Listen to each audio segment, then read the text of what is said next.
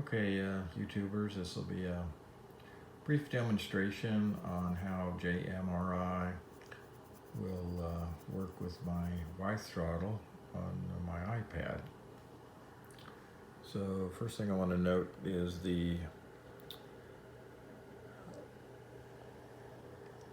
my laptop is connected to the MRC Wi-Fi. It's not on the internet. So I'm going to go ahead and I've started the Pro panel, or Panel Pro here, Panel Pro. I'm going to hit debug. I'm going to come down here almost to the bottom and say start WiThrottle server. And you want to remember this number right here, this IP number, because you're going to need it to, most likely need it to connect your iPad. Okay, so we're going to come over to the iPad, and I know my iPad is connected to my MRC little Wi-Fi. Close that. Go here to my WiThrottle, and this is remembered.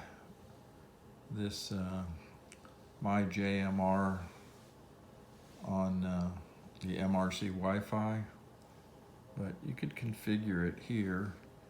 And this is where you'd put in that IP number. If your my JMRI railroad didn't come up, you'd put those IP numbers in here. So I'm going to just go ahead and select the my railroad. Over here, it reads the roster directly off the JMRI software. So I'm going to go ahead and pick my Wisconsin and Southern. I'm going to set that. I'll come over here to the throttle, so you can see the throttle there, and I'll start the bell. And over here, you can see that he sees my iPad on the WiThrottle. So I'm going to go ahead and start the roster on JMRI. And go ahead and start the throttle here, over here. I'll turn on the bell again. And what's real interesting is the bell button lights up over here. You can turn it off there, and it turns it off over here. That's pretty interesting, I thought. So now I'm going to open my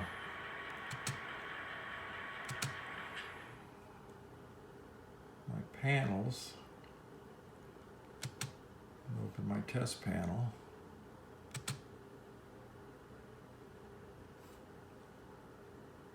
Open. Give it a second. This is my switch. I saw that demonstrated earlier.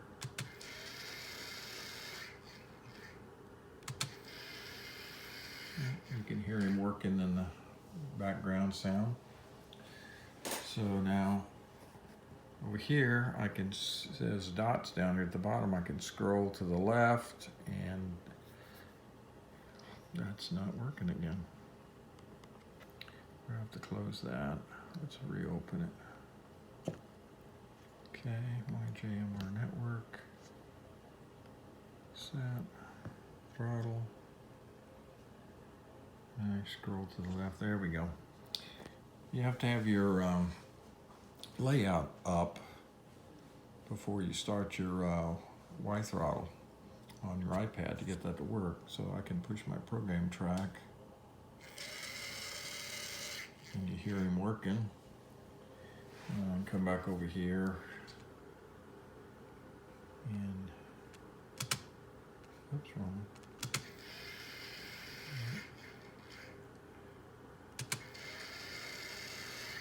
Okay. So what you'll notice here is I'm going to focus on this. You notice how that has a green indicator.